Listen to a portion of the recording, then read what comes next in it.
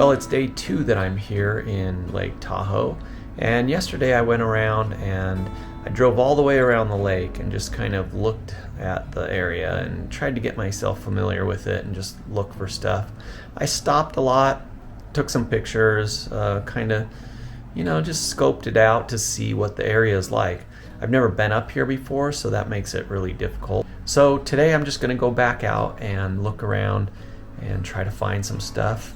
Mostly it's all been for ideas about what I want to do with the paintings. Now my ideas have been changing a lot with this project. At first I was thinking I would have the artwork be more realistic, I guess, more rendered in a representational way. But over the last few months I've started to kind of rethink that idea and think, what do I like best about painting, and what do I like best about the medium itself? And I've always liked to take more of an abstracted approach to my artwork rather than getting in and being very detailed. So as I've kind of gotten more comfortable with the subject of the grandiose, the different areas and stuff, I've started to rethink how I'm approaching the paintings, and that is treating stuff more abstractly and loosely and letting the paint suggest things and letting the viewer fill in those areas that could be very detailed, especially with the landscape. I mean, there's tons of detail. So what I've been doing is trying to simplify and get to the essentials of what communicates the image with the paint. And so then that kind of counters the photography in that the photography is always going to have that detail there. And so I like the idea that the paintings and the photographs are treat the subject and the areas differently. To me, that really adds to the project in that it can be much more complex, and some parts will be subjective with the paintings, and the viewer will have to use their imagination and fill in the blanks, and then the photographs will support that with more detailed imagery and views of scenes that are much more specific, whereas the paintings will be much more of the idea of the place and the feeling that you get when you're there. And so I really feel like I'm coming into my own with this project, and that I'm really starting to figure out like how to treat all of these different elements, the photography, the video, and the artwork.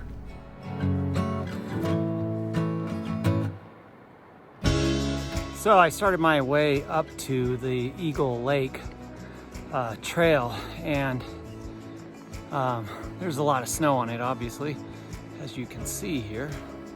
The trail is sort of, I'm gonna flip the camera around so you can see it. So that right there is the trail, and it goes up that way.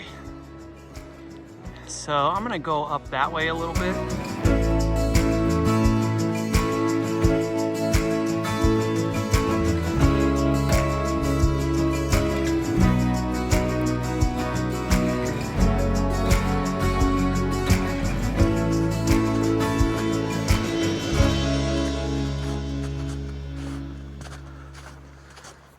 Just heading up to the lake now on this little snowy trail.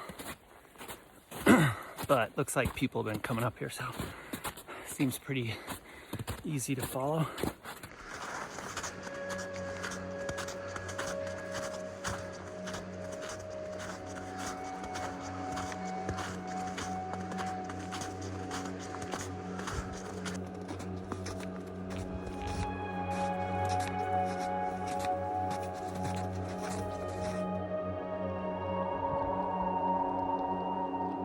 Well, here I am up at the lake, and as you can see, this is it right back here. It's all frozen over.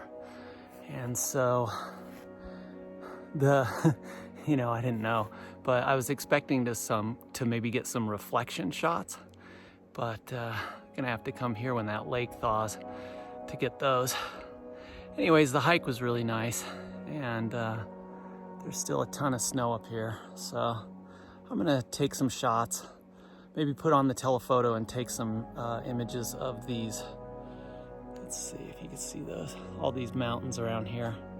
Try to find some interesting stuff for the paintings. But anyways, this is it, Eagle Lake.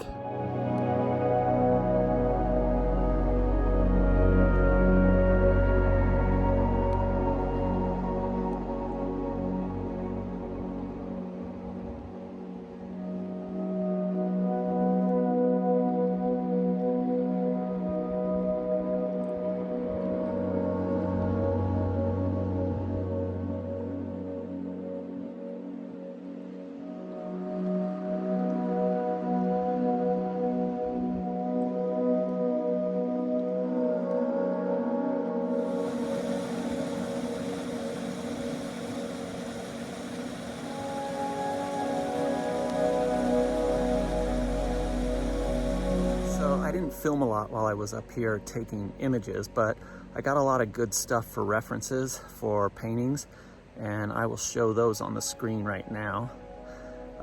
It's really nice up here. I'd like to come up here in the summer when the lake is not frozen, and I think there'd be some pretty good opportunities to get some cool images and actually get some nice photography.